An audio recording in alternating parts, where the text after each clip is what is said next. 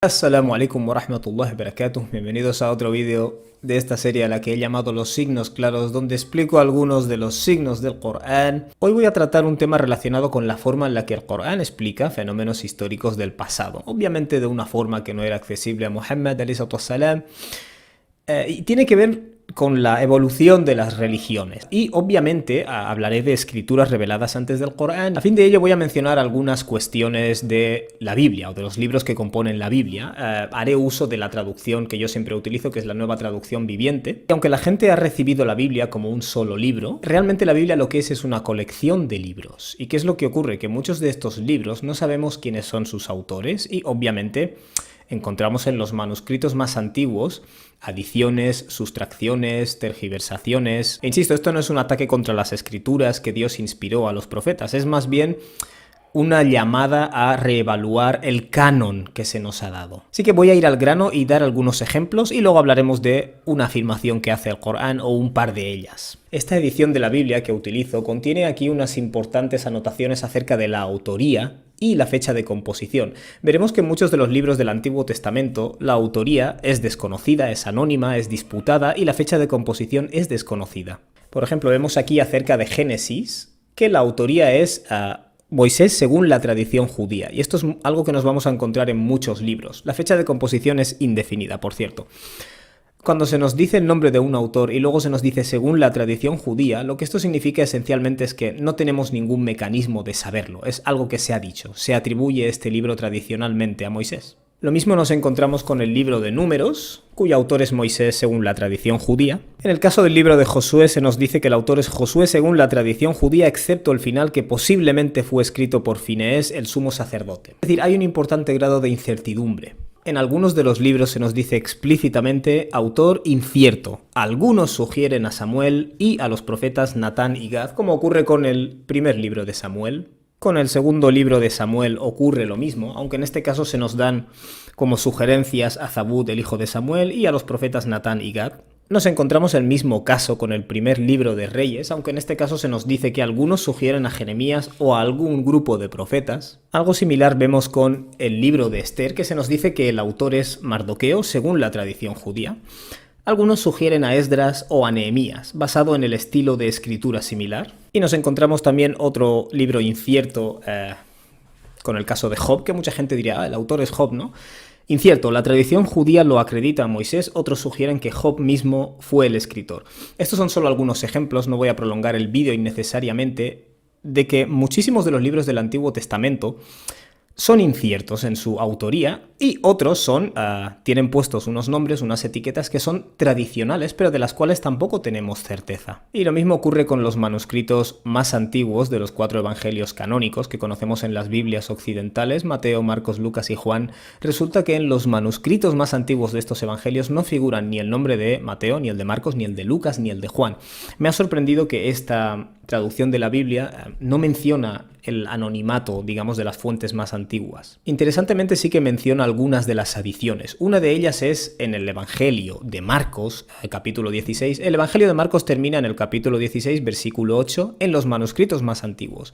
Pero durante siglos se han estado circulando otros versículos que prolongan el Evangelio hasta el capítulo 16, versículo 20, es decir, 12 versículos más añadidos, que finalmente se ha reconocido que son añadidos. Pese a que esta Biblia los incluye todos, incluye aquí una nota que lee lo siguiente.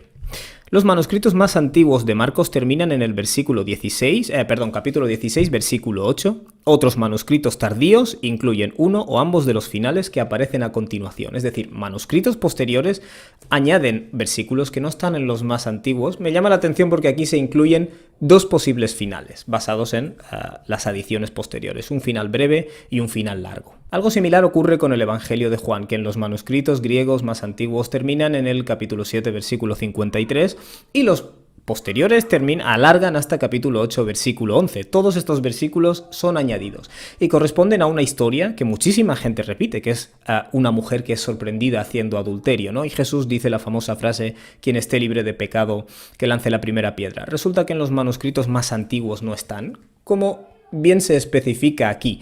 Los manuscritos griegos más antiguos no incluyen desde Juan capítulo 7, versículo 53, hasta capítulo 8, versículo 11. Y luego, naturalmente, nos encontramos en el primero de Juan, capítulo 5, versículo 7, la famosa referencia a la Trinidad, ¿no? Al Padre, al Hijo y al Espíritu, que es la única explícita que hay en la Biblia. Resulta que en los manuscritos más antiguos no aparecen esas palabras.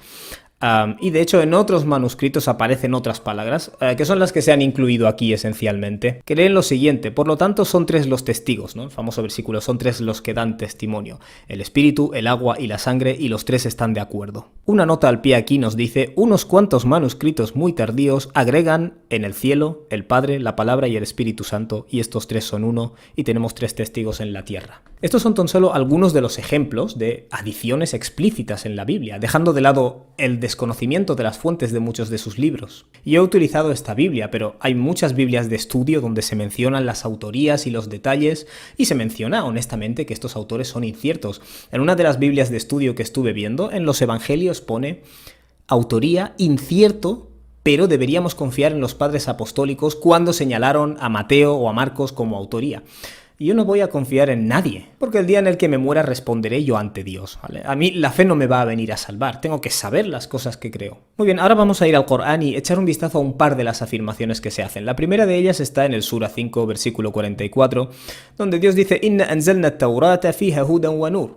Sin duda hicimos descender la Torá, en la cual había guía y había luz, yahkumu biha an-nabiyyuna alladhina aslamu, a través de la cual juzgaban los profetas, alladhina aslamu, los cuales se sometían a Dios, ¿no? O cumplían con Dios, lilladhina hadu, aquellos que adquirieron el judaísmo, warrabbaniyuna wal ahbaru bima istuhfidhu min kitabillah, y asimismo los rabinos y los monjes, o podríamos decir la gente de letra y la gente de espiritualidad, bima istuhfidhu min kitabillah, a causa de que a ellos se les había dado el papel de proteger la escritura de Dios, ¿no? Ellos eran los encargados de proteger la escritura de Dios o preservarla, wa kanu alayha shuhada, de lo cual ellos mismos eran testigos. Y aquí se está afirmando claramente que eran las personas, los doctos, los que tenían estas escrituras en sus manos, los que tenían el trabajo de preservarlo y transmitirlo. En otras palabras, Dios está diciendo: este proceso no lo llevé yo de manera personal. Y finalmente concluye, subhanallah, فَلَا تَخْشَوُا النَّاسَ وَخْشَوْنِ. Dios dice: